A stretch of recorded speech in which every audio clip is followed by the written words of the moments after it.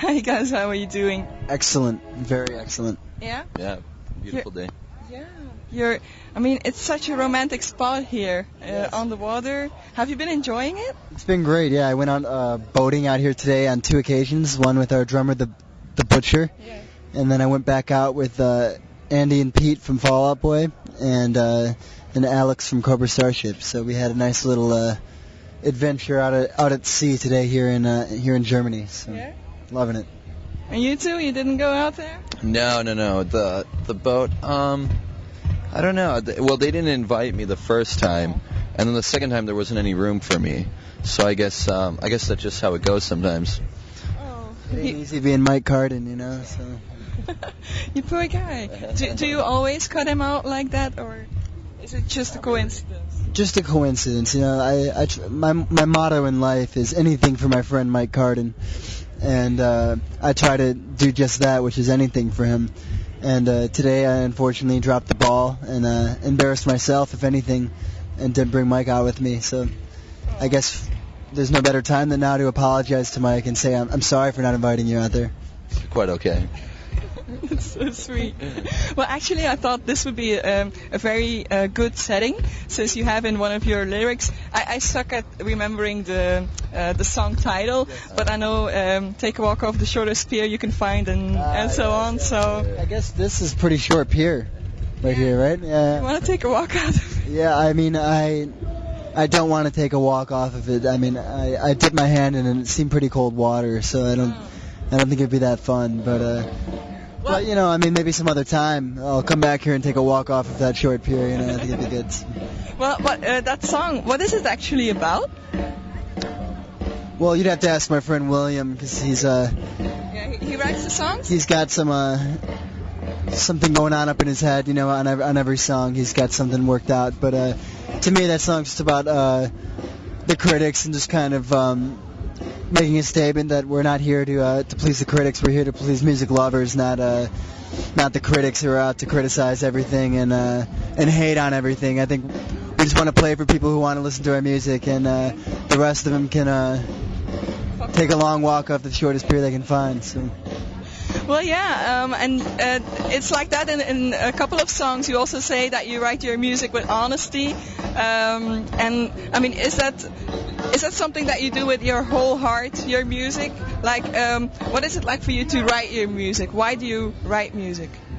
I mean, I guess that's kind of a loaded question. When we were younger, we all kind of chose to play instruments, and we were like music lovers, just like anyone. I met Adam in Chicago, and he was going to shows, and we'd all kind of have a little community of people that go to different shows and kind of like rock music, I guess. So then at some point, we kind of put this little band together called the Academy, and I guess here we are. And this has obviously surpassed our expectations to be in Germany, let alone touring, let alone playing in a band, having a second record. So we feel blessed by all of it. Yeah. If there's one thing we found about honesty in music, it's to make sure that you don't try to project something that you are. It's more just to really think back on your life and the lives of your bandmates and try to reflect something that is relevant to us. I mean, we were kids in the suburbs of Chicago. We don't come from some flashy lifestyle. You know, we're part of the world. We're just people in the whole shuffle of things. And I think honesty is just to project that in our music and to be relatable to our fans who are going through a lot of the things that we were going through at the time, which is high school and any of the things that people go through at a young age. I think on Almost Here especially, that was really prominent in that record, which was just projecting what was going on for us. So. Yeah. Well, I know one of the songs is also about abuse, no? Yes. Like, was that also something from personal experience, or I mean, if you don't want to talk about that, I mean. Yeah. Well, I think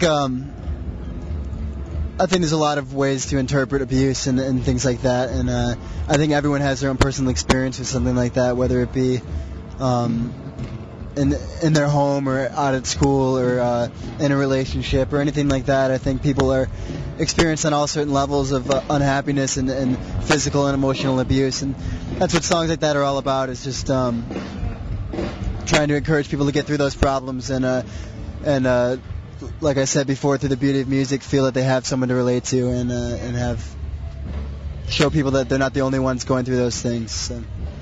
Well, that is great, because at Taste of TV we try to ask people why they listen to music, and those are one of the reasons. Like, emotion gets strength out of this, and for you guys too. Like, personally, is there one song that has always been there for you when you feel down or something? I mean, I guess for me, I mean, I can always go back. I mean, there's a few records that are, like, I guess, monumental in my life, and Siamese Dream by the Smashing Pumpkins is a record that I can always go back to at any point, good or bad.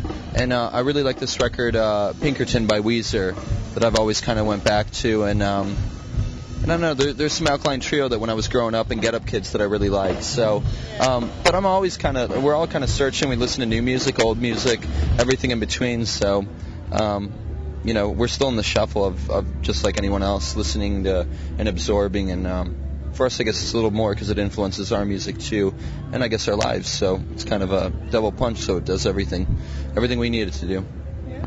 The band that I always went to in times of need and emotional assistance was definitely the Smashing Pumpkins. And even last night we were fortunate enough to see them. They headlined the show. We played in Belgium last night, and I had that old familiar feeling from listening to Tonight that there is something just in the air, that everything's going to work out in the end, and just be happy for where you are. And the universe tends to unfold as it should, as I say. So just be happy and make the best of what you're given. I think that's what songs like that are all about, and we try to write the same. So. Well, going through high school and stuff, I mean, it's not always easy, because sometimes as a kid you're forced to put on a mask, or you're like left behind, or you don't belong. How was going through high school for you guys?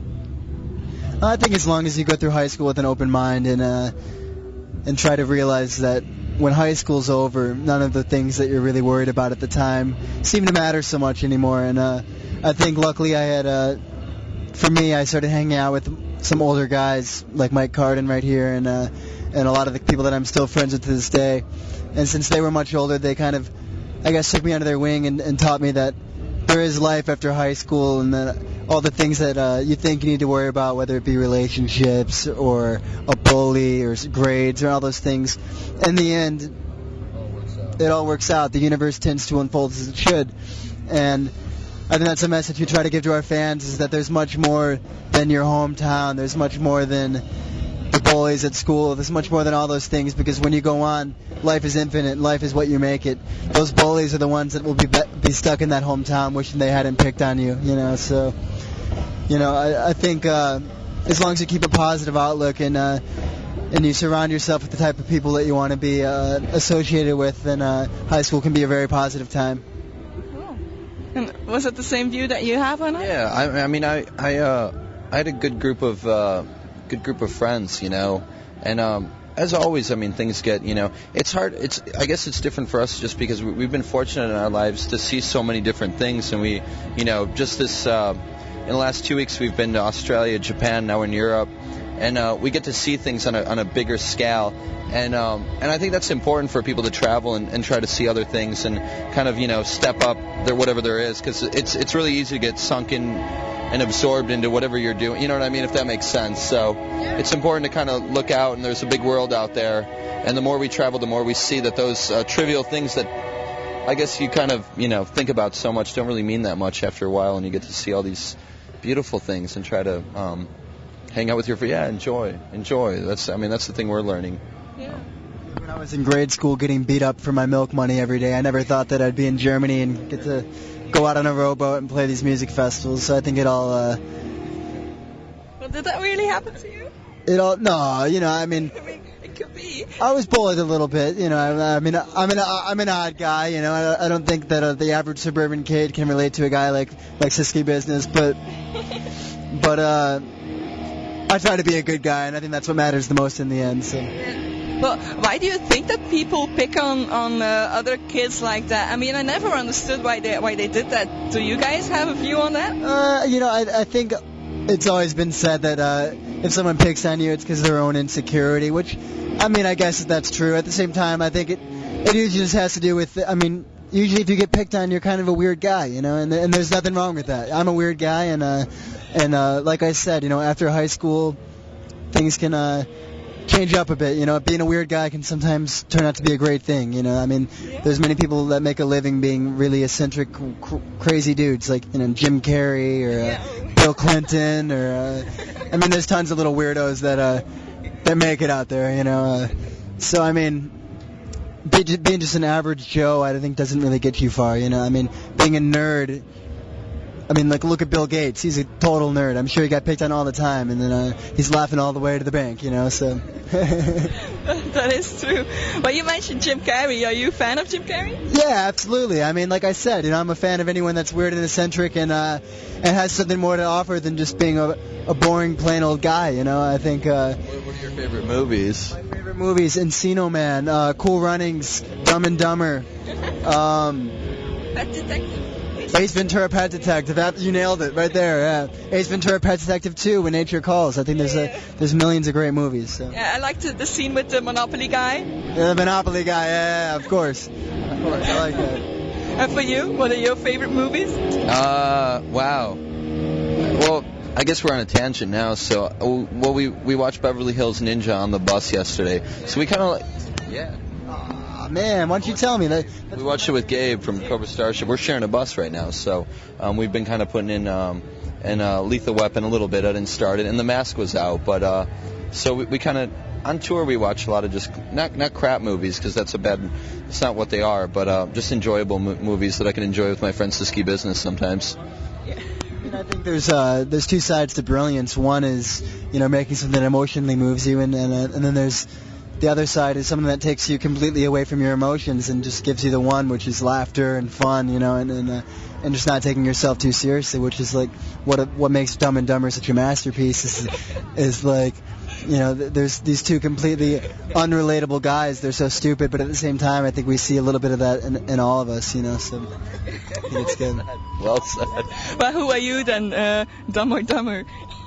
Which one am I? Definitely Dumber. Yeah. Yeah, I had this. I think in high school, me and William were kind of like Lloyd and Harry a little bit, and he was definitely Lloyd because he's got a little bit of a chipped tooth, you know. But I don't mind that. I never quite figured out which one was dumb or dumber. So, but out of the two, I definitely said that I'm dumber. But. Awesome. Well, guys, I think I'm going to have to let you go pretty soon. What a high note to leave it on, you know. Yeah, Yes. Perfect. Well, is there anything that you want to say to our viewers out there? I want to say thanks for coming out to check us out in Germany, and we look forward to coming back some more. It's a great place, and beautiful lake right here. We're having a great time, and thanks for checking out the band. That's all I really have to say. What about you, Mike? That's it. I think you've said it best. I think you've said a lot of things really well. You know. Let me reiterate: the universe tends to unfold as it should, and don't get too worked up about some wise guy giving you some trouble. Yeah. So. Good one. Okay, thank you, guys. Absolutely.